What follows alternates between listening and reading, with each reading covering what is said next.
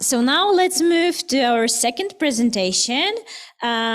The authors will tell us about interesting solution that can combine virtual reality players who have headset plus those who are just somewhere in a room, and they will show us how they can cooperate and collaborate in virtual reality. So the presentation title is Spectator View, Enabling Asymmetric Interaction Between HMD Wearer and Spectators with the Large Display. So again, the screen is yours. I'm Finn Welsford-Ackroyd from Victoria University of Wellington, New Zealand. Today I'll be talking about our paper titled Spectator View, Enabling Asymmetric Interaction Between HMD Wearers and Spectators with a Large Display. The focus of our work was to enable communication and collaboration between a user in VR and a spectator outside of the headset. Head-mounted displays provide a highly immersive experience to a single user, but they make it difficult to share that experience with co-located spectators. Typical solutions like display mirroring lack immersive qualities, and since spectators can't be seen by the HMD user, communication is hindered. We wanted to create a better spectator system for VR applications, targeting use cases which involve asymmetric collaboration, like VR demonstrations or supervised VR training. In these cases, the HMD wearer is the primary user, but the spectator might want to assist them in some way, show off the experience to others, or simply spectate and feel a sense of presence. The default solution for spectating VR is display mirroring, where the HMD's video feed is streamed to an external display. This is easy to set up, but not ideal for the spectator. I'm sure many of us have felt a bit queasy while watching a raw video feed from an HMD at some point. The shakiness and the sudden pitches and rolls can cause simulator sickness. Additionally, the lack of immersive qualities make it difficult for the spectator to understand what the HMD user feels.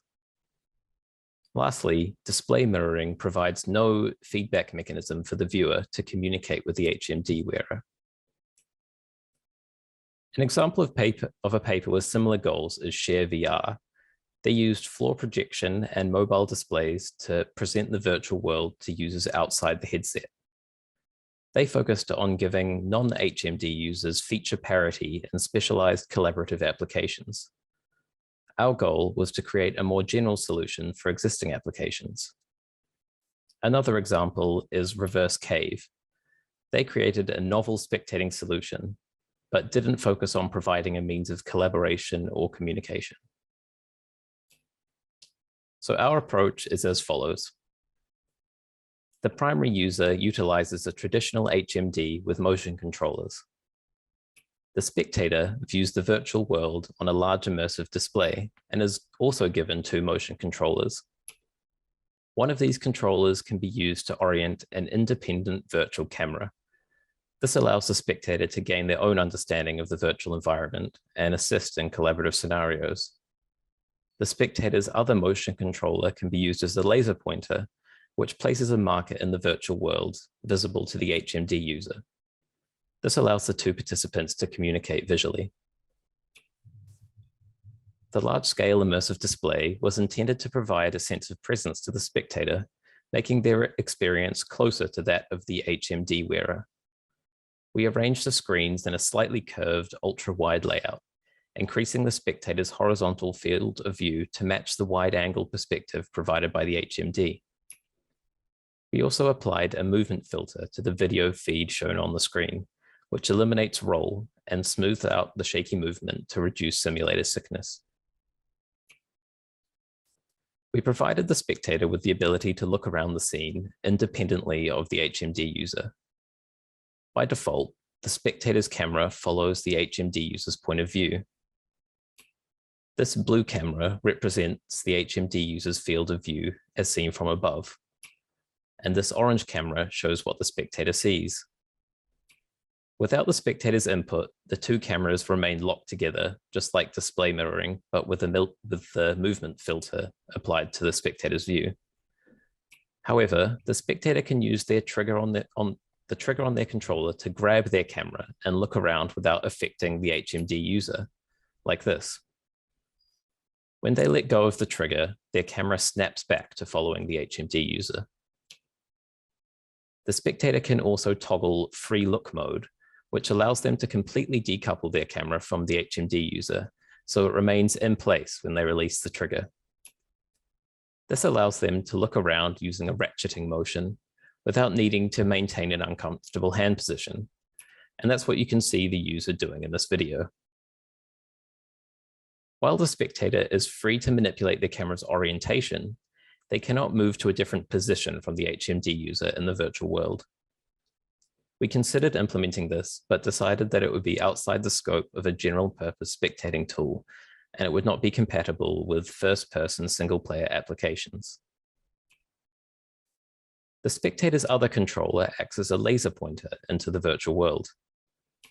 This was chosen as a method of visual communication with the HMD user because it's a natural gesture that we're familiar with from real-life interactions. Using it is straightforward. Point the controller at an object on the screen, pull the trigger, and a glowing marker is placed in the virtual world. Implementing the pointing tool was a little bit less straightforward. In order to determine where the spectator is pointing, we needed to track the position of the large display in relation to the spectator's motion controller. We achieved this by placing a Vive tracker on each corner of the display and using those positions to generate a cylindrical hitbox. We also needed to use the field of view of the spectator's virtual camera to make sure that the cylinder was the right size. When the spectator pulls the trigger, we fire a line trace from the motion controller and record the collision point with the cylinder. This gives us the position on the screen that the spectator is pointing at, but we need to adjust for the fact that the screen stays in place, while the spectator's camera can look in any direction. We know that we can reach any point displayed on screen by firing a line trace out of the spectator's camera. We just need to figure out what angle to fire it at. So we imagine the camera sits at the center of the cylindrical hitbox and calculate the angle as shown in the middle diagram. This angle is then added to the spectator camera's forward vector, and then we fire a line trace which collides with the object that the spectator is pointing at. And that's when we place the marker. The advantage of using a cylindrical hitbox is that even when the user misses the screen, the marker is still placed at the corresponding position in the virtual world. The same concept could also be applied to support dome displays if the cylinder was converted to a sphere. To analyze our system, we performed a user study. We focused on evaluating the impact of camera control and the pointing tool, as we consider these to be our most important contributions. We had our users complete a collaborative task, then used questionnaires to evaluate the usefulness of each tool and the effect on the user's experience. In the task, the virtual environment was a square room with a large grid on one wall. The other walls hold 40 unique moving cubes with various colors and patterns. The HMD user can pick up these cubes and place them in the grid. The spectator was provided with a printed screenshot of the grid with 5 cubes placed in it, as shown in the image on the right. The participants must communicate and collaborate to find the cubes displayed in the screenshot and place them in the correct layout. In this video, you can see that the orange marker is the spectator showing the HMD user which cube to pick up and where to place it in the grid. We had 4 conditions in the trials. We had the baseline, which was essentially the same as display mirroring, but on a large display and with the motion filter enabled.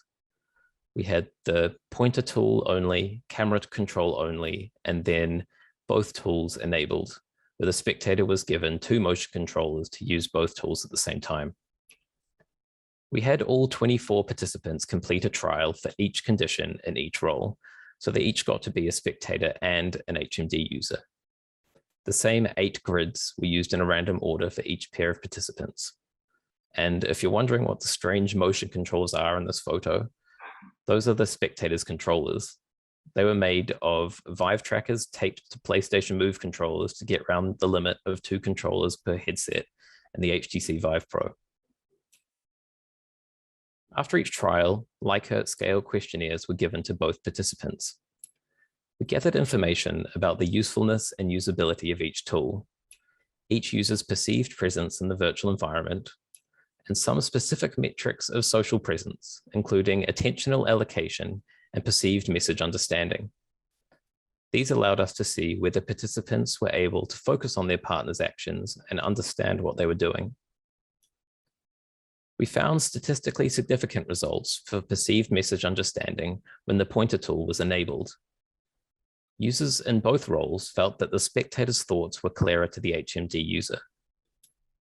As for attentional allocation, both users felt the spectator did not remain focused on the HMD user when they had the camera tool available to them. This was expected, but it does highlight a potential downside of giving more independence to a spectator. When the pointer and camera tools were available, spectators found it easier to complete the task, and they felt more present in the virtual environment. Additionally, users in both roles found the decoupled spectator camera useful, especially when paired with the pointer tool. We did not find statistically significant results with regards to trial completion time by performing pairwise comparisons. We do note that trials were completed 13% faster on average when the pointer tool was available. So while we didn't see a great leap in efficiency, the subjective results from the questionnaires highlight the benefits of our system. In conclusion, our contributions are a novel approach for asymmetric collaboration between an HMD user and a spectator, a user study that evaluates the effectiveness of our approach, and a reference implementation covering display arrangement, spectator controllers, user interface, and a motion filter for the virtual camera. For future work, we could apply the system to other VR applications and see how useful it is in different use cases. We could also investigate extending the system to include more than one active spectator. Thank you so much for listening. Feel free to ask questions or send me an email.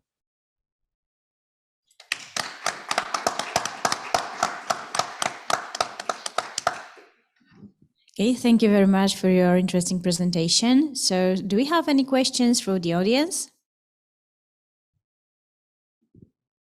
Okay, so I will start with my question. I guess that participants, I mean spectator, only see the results of activity of the HMD user, and also the HMD user only seeing the results of the activity of the spectator. Were you also considering showing the position of both of them in virtual reality? So for our system, they are always locked in the same position, but they can look in different directions. Something I didn't mention in the presentation is that we had a compass UI element, which was meant to, it was like a 3D circle with an arrow pointing where your partner is looking relative to where you're looking. But yeah, our users in the test didn't find it very useful. So definitely something that we could improve upon. So they were aware of each other, not only seeing the results of the activity. I mean, the pointer, yeah? Where is the pointer? Okay.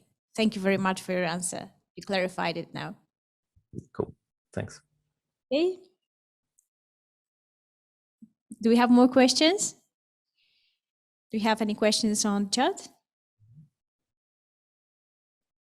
Okay, so again, thank you very much for your interesting presentation, and again, a big applause for you. Thank you.